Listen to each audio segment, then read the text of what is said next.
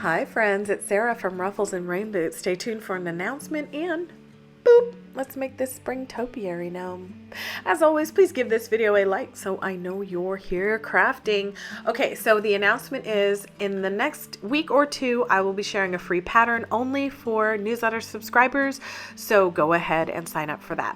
I always show the front, back, side, center, everything so you can see this little guy was pretty easy to make and with Dollar Tree stuff and craft store stuff. So I am going to start telling you this stuff is not from the Dollar Tree. This is craft or sheet moss from the craft store from Michael's. It's better quality than what they have at the Dollar Tree. These are just some sprigs and flowers you can get at Daiso or Dollar Tree. Cast-offs of faux fur, something for a nose. I'd stick with no less than 3/4 of an inch. And then this is a Dollar Tree 6.9 inch styrofoam cone, and this is a 3-inch clay pot from, the Dollar Tree. So we'll also need scissors, an X-Acto knife, and a hot glue gun.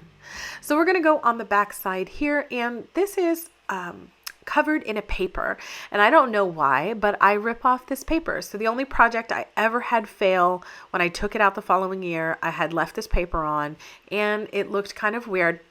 So we only need a small little bit of it to actually cover our cone.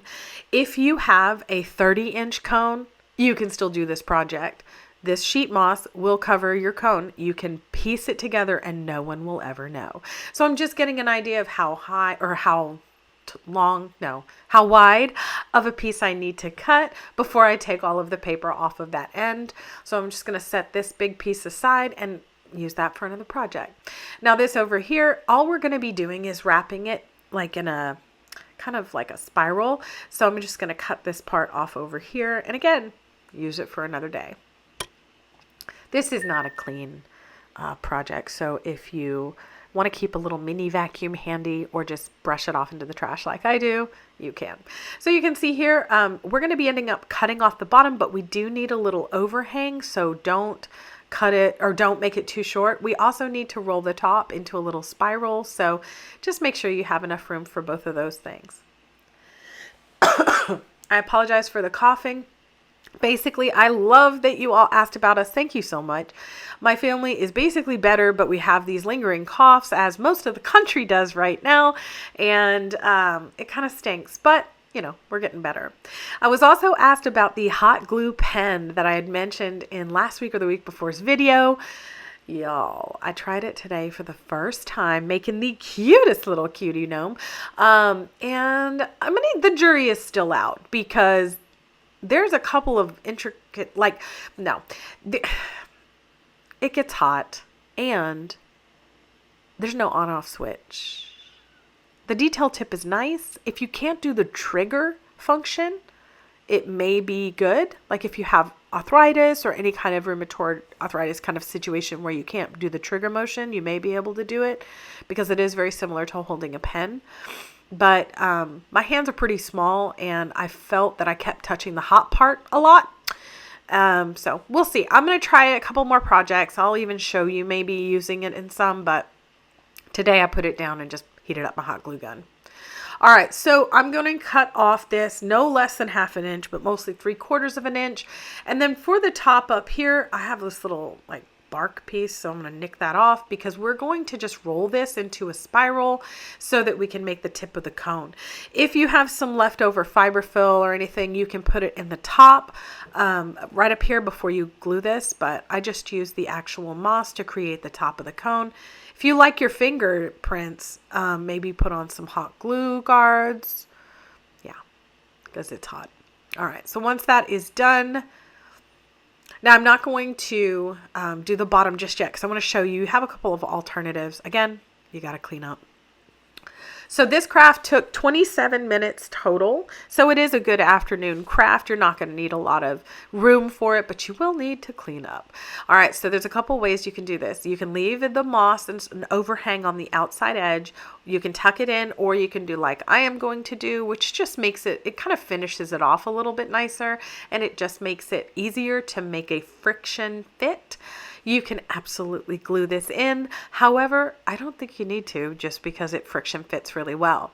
If you are using one of the very large styrofoam cones, like the 30-inch cones at the craft store, you can still do this. You will need a planter pot from the Dollar Tree and some rocks to add some weight at the bottom, but the whole thing can be made as small or as large as you want. So I mentioned this craft is going to take 27 minutes, but I don't believe in 27-minute long videos. So I'm going to speed this part up. You've seen how a glue gun works. So there you go. All right. So once that's all the way down, you can actually even add a little piece of like a round piece of moss to cover up that styrofoam cone if you would like. One thing about this sheet moss stuff is always give it a tap a couple times, rub your hands on it, get all the excess off that you can. You can always add more back on. Excuse me. I apologize for my coughing, y'all, and clearing my throat. I'm sorry. I'll try and edit it out, but I'm really not a really great editor. All right. So you can see here, I'm just rubbing my hand down gently. You don't have to brayer the thing, but we are going to rub a little bit of the extra off. And then clean again, because goodness. All right. Now, I will say you can actually leave the clay pot in here while you do the rest of this, but I think it's a lot easier not to have it on there. You can use your scissors like I did to sort of put it on. For the scrap of faux fur, you really only need on these measurements between 2 and 3 inches. And I'll show you how weird I use, because I don't believe in throwing any fur away. So here are some little flower buds with these little pieces on the end. If you don't have these, I'll talk about an alternative. And then I also have these little pieces from the Dollar Tree, and I'm just going to rip those off as well, and some of the leafy things. I don't know what those are. Okay, so we're going to put this on the thing, make sure our seam is in the back, and then we're just going to start our spiral. So when we're building this, I went towards the top in a 45-degree angle, but then I realized, we want the flower to be front and center. And then I just added some glue and popped in the little stem. If your flower buds don't have stem, and you're selling or you're shipping these things around, I would actually recommend a little piece of wire. You can bend over the one piece of the wire, shove it through the top of the flower. You can even cover it with a little piece of marker or paint just to dull it down a little bit. But I will say sometimes glue and the moss will come apart. This little piece of bark, you can either pull it out gently or you're like me, just stab it and then cover it up with a flower. Y'all, crafts like this that don't require patterns, that don't require measurements, I just think they should be quick. They should be easy. And that little bark was not going to beat me today. So there. All right. And now I'm going to repeat this. So I will, excuse me. I will tell you, when you start looking at your stash for what you can use for a topiary, you always want something that's your focal point. Like the flowers are obviously our focal point. Then you want some greenery, and then you want something that's unexpected. And here's my unexpected. Now that's way too big for my little topiary, so I'm going to cut some of the little stems off. I'm going to go down. So it's like a 45-degree angle pointing down, because if these little spray things, we kind of want gravity to do the work for us. So I'm just going to be cutting off these and just popping them in again at a 45-degree angle. And then they kind of fall in a nice little way where I don't have to do anything. Ooh, I don't know what happened right there.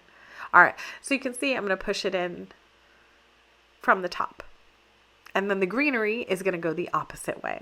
So I'm just going to bang through these. I did this 4, 5, 6, 7 times. So it's the same process. Cut, stab, glue. All right. So for the greens or whatever these, I don't know what these are. If you are a plant person and you know whatever that is supposed to be from the Dollar Tree, A, tell them they did a good job, because these things are fun. And B, let me know what they are in the comments. I have no idea, but they look really cool. And I'm going in and under the flower at a 45-degree angle, adding glue and pressing those in the other way so that it does all the work for me. You can see I'm going to do the same thing here. Look at that. And you can adjust the leaves around the pretty part of the flower or whatever, but look at that. Isn't that easy? So here's where I ripped apart the little spiral I had made because I like this really big piece right here and I thought it was cute. So there you go. Just glue it all back together. Moss is so forgiving because look at all the extra pieces you can just glue back on or right there on your table. All right, I added a few extra pieces of greens. If you need to heat them up, just grab your heat gun and pop them on. All right, so now we're going to friction fit this guy and work on the beard and nose. So I'm going to show you the back of this so that you can see this is a very weird piece of fur, but do I care? I don't. I care about the glue I got all over my X-Acto knife. So I just heated it up with my hot glue gun and wiped it off. All right, so this looks like a heart, but it's uneven. So I'm just going to fold it in half, get my center just to make sure we're going to cut this little piece off, which I will probably use on something later at the same angle. And look, now we have a beard. For everyone who keeps tagging me, telling people how they learned this trick, I appreciate your tags on Facebook and Instagram. Make me smile. I really appreciate it. All right, so if you're going to put on faux fur without having something covering it, always either sew or glue down the very top piece. It looks so nice. It looks so tailored. So I'm just going to do that for all 3 little jagged pieces that I have here. You can see, I mean, this is the extent that this looks good. This beard will look good. It's very forgiving. All right, so now you're just going to place that on. I used both the topiary and the vase, so you can kind of see mine is actually on both of them. But you do yours. Look at all the moss that transferred. All right, so copious amounts of hot glue. Make sure that corners are on. You can make sure they're on right now, or after you put your little handy holds and press the beard on, you can glue them on later. I find the center of the beard and then put a generous amount of hot glue right above it so that I can put on the flat back round wood nose. Ideas for noses: you can make noses out of polymer clay, air dried clay, you can use wood rounds, you can use pom-poms, you can use ornaments. There are so many things you can do, even fabric. So here is my little guy. You can add lights or even little, extras, but this is it for me this week. I am really, really loving this guy. He's sitting in the front to welcome in spring. Let me know what you think of him. Be sure to sign up for the newsletter to get that free pattern. As always, thank you so much for being here. Please like, share, and subscribe.